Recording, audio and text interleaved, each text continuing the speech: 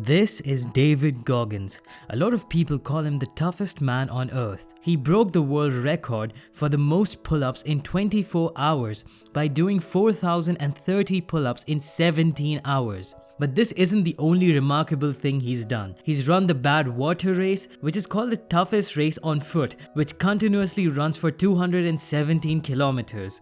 In fact, his first race that he ran so much that he fractured his own leg, and instead of stopping the race, he duct taped his legs and continued to finish the race. He is a Navy SEAL, and he has been through Hell Week 3 times, which is often called the hardest military training in the world. But he wasn't always this tough. Before joining the military, he looked like this. He was overweight, and in his own words, he was a very soft man. So how did this transformation happen? Well, today we'll take 4 lessons from his biography Can't Hurt Me, and we will learn how to become tough for ourselves. And yeah, I know, not all of us want to run for 200 kilometers or do thousands of pull-ups, but imagine how different your life would be if you were tougher. Imagine how much more you could be if you weren't limited by your own mind, and you could work out with full intensity in the gym to get the body that you want, or study for 12 hours every day to get into your dream university, or work so hard that not only do you get a promotion in your company, but eventually you become the CEO or you start your own company. This is very important, so please watch this video till the end.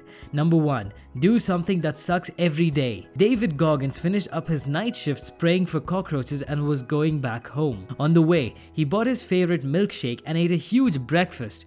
David Goggins was very fat and he was working a terrible job, and in a way, he was everything people thought he would be. He had a tough childhood and he was constantly attacked by racist people for being black, and he and his mom had to run away from their father because he was seriously abusive. Now society says that people that come from his background don't become very successful, and David believed that. But one day, while watching TV, he saw a documentary about Navy SEALs. They were showing footage of Navy SEALs in Hell Week, and on TV, it was said that these were the toughest men on earth. Now this idea intrigued David, and he couldn't stop thinking about it.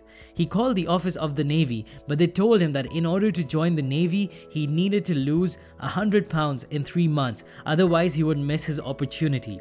To most people, this sounds impossible, but David was motivated. He immediately grabbed his running shoes and went for a run. He couldn't even run 400 meters. He came back home sad and dejected and grabbed another milkshake and sat down on the couch.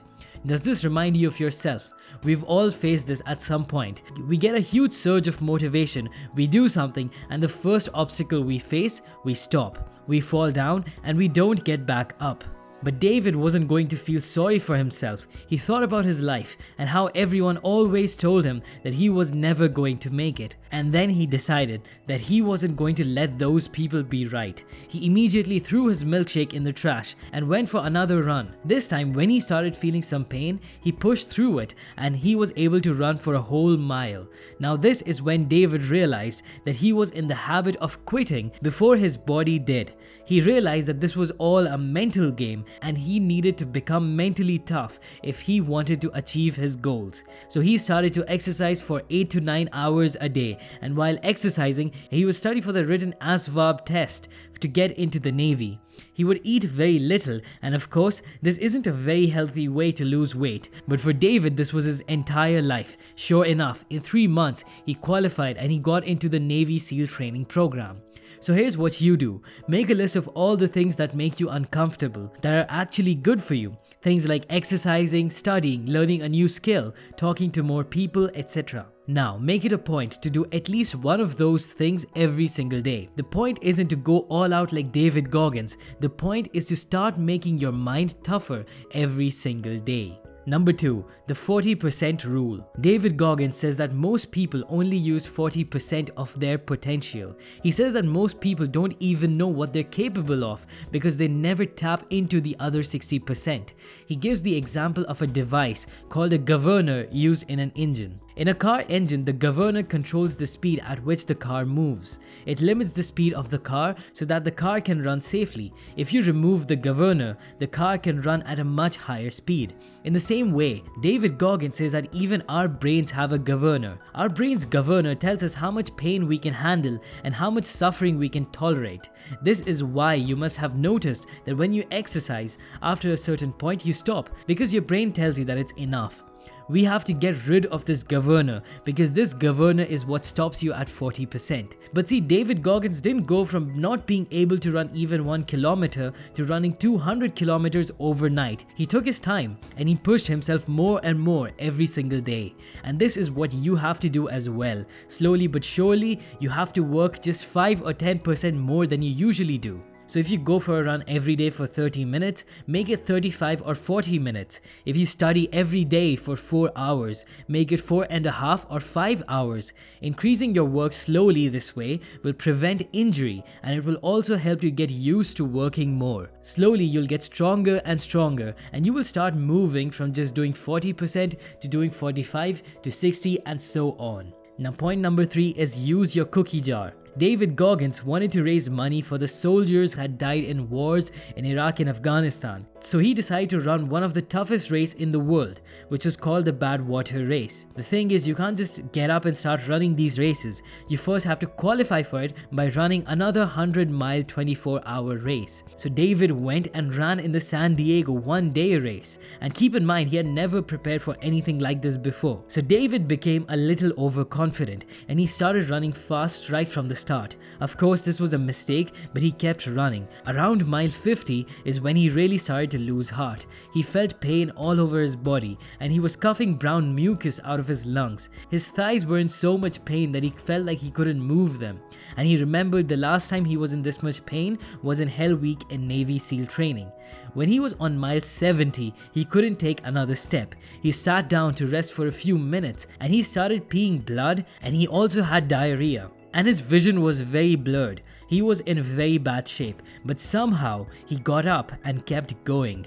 Around mile 81, things got so bad that he could barely walk. He started asking himself, why am I even doing this? What is the point? What am I trying to show here, running this race without any training? Why am I doing this? You see, it's easy for us to come up with reasons as to why we want to achieve our goals when we're comfortable, when we're in our comfortable environment and air conditioned.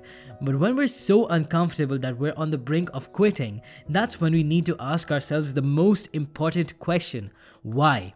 And for David Goggins, the answer simply was, because you are the toughest man on earth. He started thinking about his past. He told himself he was the kind of person who lost 100 pounds in 3 months just to get a chance to be a Navy SEAL. He was the kind of person who overcame his fear of water and topped his class in the Navy SEALs. He was the kind of person who, in spite of having a very rough childhood, became a Navy SEAL. All these accomplishments, David called them cookies. We all have something that we have achieved in our lives that was tough. Maybe you've lost 30 pounds last year, or maybe you've topped your class in your university, or maybe even you've done something small like save more money. These are all cookies that you need to store in your mental cookie jar. Now write down a list of all these accomplishments, and whenever you are doing something tough, when you're pushing yourself to the limit, you will be forced to ask yourself that one question: why? And that's when you pull out all the reasons from your cookie jar. And point number 4 is write an after action report. When David Goggins broke the world's pull-up record, that wasn't his first attempt, that was actually his 3rd attempt. See, here's what had happened. David had run so many races that his doctors had actually told him to stop running for a while, otherwise his body would start quitting on him. Now David still needed to raise money for his fellow soldiers again, so he thought of a different way he could do it. He thought he would break the world's pull-up record for the most pull-ups done in 24 hours. He called a TV show that he was going to attempt it and he started training for it. He worked very hard, and when the day came, he was ready. He started doing the pull-ups, but something felt weird. The bar in the TV studio was a bit looser than the bar he would practice on, and this meant that he was having to use more energy. He still kept going, but after doing 2,500 pull-ups, his hands were bleeding and his muscles were shaking and he had to quit. But instead of feeling sad like most people in that situation, he immediately wrote an after-action report. He wrote down all the reasons he failed, that there were too many people in the studio, the bar was very loose, he didn't take the proper nutrition, he didn't take salt tablets to prevent his muscles from cramping. He then rested for 2 weeks and started to prepare again. He chose a different gym this time and attempted the record again. This time he could only do 3,200 pull-ups. Again, he didn't hang his head in shame. He made an after action report. He listed out all the positives, the gym, the supportive people, his training, etc. Then he listed out all the negatives, and then he made a new strategy to attack the record the third time. And this time, after 17 hours, he broke the world record and he did 4,030 pull-ups. And similarly, after every failure in life, we need to do an after action report for ourselves as well. So let's say you studied for your exams and your goal was to score 95% and you only scored 80%. Well, you must make an AAR. First, list out all the positives, everything you did right. Maybe you used the right books, maybe you made the right notes, etc. Then list out all the negatives. Maybe you wasted too much time on social media. Maybe you tried group study but that didn't work out for you. Then make a new strategy. What will you do different this time and how will you study for your next exams? So in this video, you learned 4 new techniques on becoming tougher. Number 1, do something that sucks every day. Number 2, remember the 40% rule and push yourself past the 40%. Number 3, use your cookie jar to get a boost of energy. And number 4, make an after action report after every failure. That's all for now. If you liked this video, then please click the like button. Do check out my video on 12 Rules for Life by Jordan Peterson, and that will help you with other areas of your life. If you want to watch similar videos in the future, do subscribe and click the bell icon so you know when I upload new videos. That's all for now. Thanks for watching.